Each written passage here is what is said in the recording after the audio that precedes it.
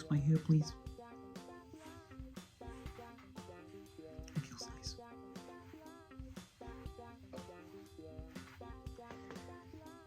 Well, another year. Thanksgiving has came and went. And that means it's time for me to view my annual viewing of Planes, Trains, and Automobiles. The Steve Martin, John Candy, John Hughes directed and penned classic. This one, this one came a little bit out of left field when Hughes released this in 1987 because he had been known for almost exclusively teen comedies at this point. I mean, he'd done Vacation, European Vacation, I think, and you know, maybe Mr. Mom, but you know, other than that, he was doing those The Breakfast Club, 16 Candles, Weird Science, you know, those types of movies. And when he came out with this one, this Planes, Trains, and Automobiles, it was kind of out of left field. And not only that, it was, you know, it was back to the R-rated. So, you know, you probably sat down and thought you were going to get some obscenity and whatnot. But turns out that was just for one scene. But it's a classic. I watch it every year, Planes, Trains, and Automobiles. Well, I missed a few years in the last decade, but I'm back doing my annual viewing of certain movies. And this is one of them. And it's a quick ride. It's about 80 minutes long. And, you know, comedies are really hard to review because what else are you gonna say? It's either funny or it's not funny, and this is funny. And not only is it funny, but it's got heart. You know, it's got heart, and that's important to me, especially around the holidays. You know, because I'm around a lot of people. You know, a lot of people that don't have any hearts. You know, they're walking around in the stores. You know, they're looking for the Tickle Me Elmos. They're looking for the Cabbage Patch Dolls. They're looking for the new toy, the new video game, and their heart's gone. They think it's in the right place because they think that you know, if they're buying something for somebody, that means that they got a heart. That's not what having a heart is. No, having a heart is accepting someone who may be a little bit down on the luck. Yeah, like a John Candy type in this movie. You know, he seems like he's got it together. He seems very outgoing. Everybody loves him. He makes connections with everybody he meets. But you know, below the surface, inside that aching heart is a man who's looking for a connection that matters long term, not just short term.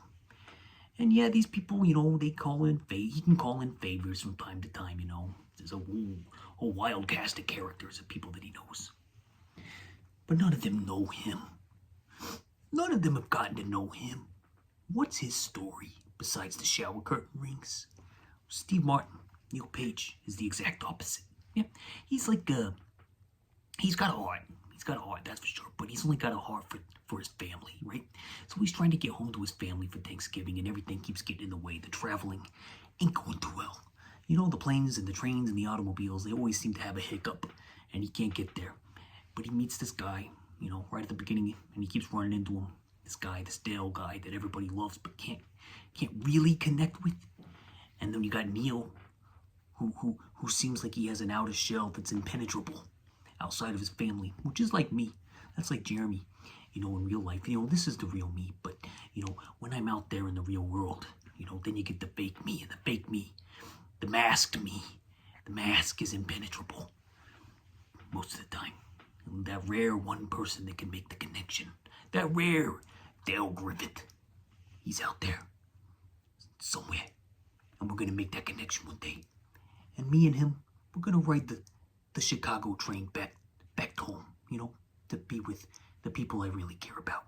Emily and my family. You know, that's what it's all about. Planes, Trains, and Automobiles. That's what it's all about. So, 5 thumbs and a heart on Letterboxd for Planes, Trains, and Automobiles. I also watched Walk the Line. Remember that one? That came out about, how many years has it been now? Carry the ones, carry the 0. 20 years? 20 years for Walk the Line? I remember when me and Emily saw that in the theater. And we were just kids then. I didn't have a beard. I had more hair. And, you know, it's just time, you know, it just gets away from you. And you got this Walk the Line. You got Joaquin Phoenix up there. And I loved it. When this movie came out, I thought it was like a 5-thumb classic. You know, I loved it. You know, you got Joaquin doing the music, doing the songs. You had Reese Witherspoon singing with them. But then, eventually somebody on the internet pointed out that all biopics are almost exactly the same, and they almost all follow the exact same formula. And you know what the formula is by now. But anyway, you know what the formula is. You know why it's got that formula though? Look at any successful music. Look, here's okay. Here's what you do. Look at any successful musician. Yeah, any successful musician. Follow their trajectory. What does it look like? Let's see. You start out, let's see, over here as a little boy, something tragic happens that gives you the motivation to move into an obsession that takes away that pain. And what is that obsession? In a biopic, a music biopic. It's music. That's what it is. So then you learn the music, right? You get obsessed with the music, and that's all you want to do is learn the music, okay? And then you get in and you meet a gal, right? You're a girl when you're younger. You meet a gal, and she loves you, and you love her, but she's getting in the way. She's standing in the way of your dream, right? So while you're making it big, and you're writing your songs, and you're making it big, and she's over there saying, "Oh, these are great, but then you start recording, we start recording, and then you come home, and then she's like, "Oh, these are great, Johnny or Paul McCartney or George Harrison or, all the other David Bowie. But these are great, but what about the kids? What about the family? You're on the road all the time. We never see you." You got that part of it. And then you got the guy on the road, and he's dealing with the temptations, because he knows how to write a catchy song. All the ladies are popping open their brassieres and wanting to hop on the stage and take him backstage, and he can't control himself because he's excited because he's a man and he's getting tempted. So he's writing the music, playing the songs, he's feeling the energy, he's feeling the adrenaline, and he can't control his monkey brain. So he's got problems. And then how does he get over that guilt? Well, he drinks. He does drugs, and then he has to take the drugs and the drinking because the side action becomes more important than the songwriting that he was initially obsessed with. So then he's got to get a drink to be able to perform. Then he's got to take the drugs to be able to be awake and write the songs for the next album that the record company is starting to breathe down his neck on. And then his wife is calling him on the phone, and she's saying, Johnny, where are you, buddy? The kid here needs his formula. The kid here's got a birthday coming up, and you ain't home, Johnny. And then there's another one on the way, by the way. Even though you're not here, you did come home long enough to give us another bun in the oven.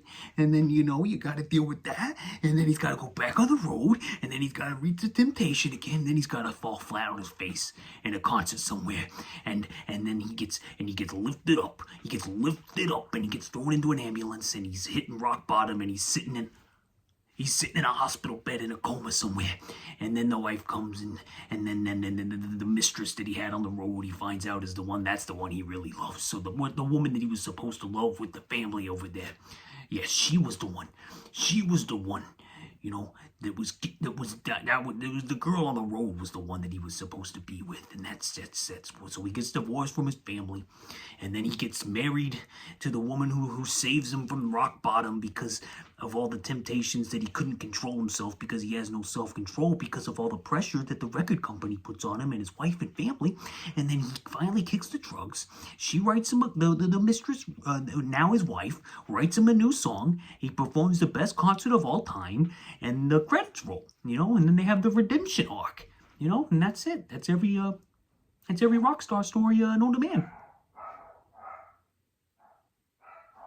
Dogs agree.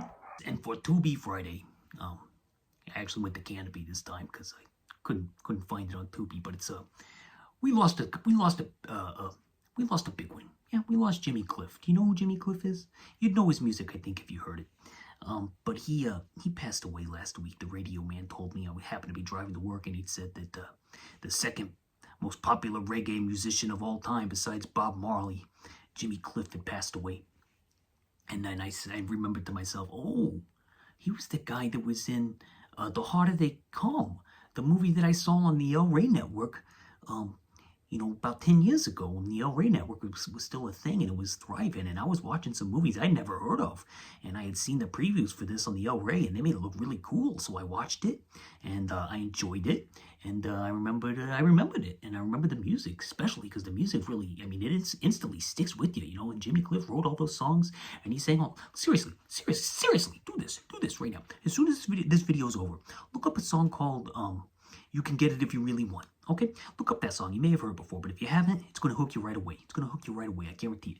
And then The Harder They Fall, or The Harder They Come, I can't remember. I think it's The Harder They Come. Maybe it's The Harder They Fall. I don't know. He says both in the song. But anyway, look up that one too. And you tell me that song isn't great. And they played it about 40 times in the movie, and guess what? Never gets old. Never gets old. So the movie itself, The Harder They Come, Jimmy Cliff does a great job. Seems like it's two different movies, though, like two different movies that don't really mesh that great together, and like one of them is like a music rise, like a Walk the Line style rise, except it's in Jamaica. And I'll tell you this right now, okay? You're gonna want subtitles for this because the street slang and the terminology is so true to life that this was genuinely released in English by New World Pictures. Roger Corman in the 70s got the rights to distribute this, and he put subtitles on this because you 90% of the time you can't understand what they're saying, and that's not a knock on anybody. That's just a fact of life. It's just a different dialect, and they're speaking English, but the accents are so thick. You're gonna want those subtitles if you want to even follow the plot. And even when you got those subtitles on, you might not be able to follow the plot because it's kind of all over the place, and the editing is a little wacky. But it's still entertaining. Very natural. Like all the cast, the entire cast, is nobody you ever, besides Jimmy Cliff, is probably nobody you ever seen before, and they don't look like movie stars. Yeah, they don't look like they're not the. You're not gonna see Jennifer Connelly racing around in a Target with a tank top. You're not gonna see that in this movie. You're gonna see a real person. You're gonna see a real life person. Not that Jennifer Connelly isn't real, but I'm just saying, like, these aren't movie stars. Okay, these are real people, and they're playing real characters almost. It's almost like I hope none of this actually happened because it seems so real at times, but at the same time it seems like it doesn't make any sense at times. Like the character motivations are just all over the place, so I'm not really sure what his motivations are, so it doesn't mix entirely, and he doesn't quite drive home, but it is still a cult classic based off that soundtrack and those Jimmy Cliff songs and the whole vibe of it, that whole 70s authentic time machine Jamaican vibe. So I definitely recommend it if you want to check out Jimmy Cliff. Check out this movie. It's about 100 minutes long. Kind of drags at parts, but it's the 70s, so you know what you're getting into. But The Harder They Come, I give that 3 thumbs and a heart. What did I give Walk the Line? Oh yeah, I give Walk the Line 3.5 thumbs and a heart. Everything gets a heart this week. And the first one, of course, is Planes, Trains, and Automobiles, and that's 5 stars and a heart. Okay, that about does it. I got some holiday movies coming up. We got the Christmas coming, so I might be a little busy at work, but we're gonna get there. We got a lot of fun stuff planned. Maybe do like a top 10. I'm gonna do like a top 10 Christmas countdown or something. Maybe throw in some music stuff too. I don't know. Let me know in the comments. Let me know what you want. I'll give it to you. If anything, I'm here to give it to you. Yeah. Okay. Jeremy spoken. Godspeed, peace, and love. Things are looking up out there. The holidays are here, things are getting warm and fuzzy, and the world seems like it's an okay place because things are crumbling for somebody, but not for me and us. Yeah. Live in the real world. Toodles.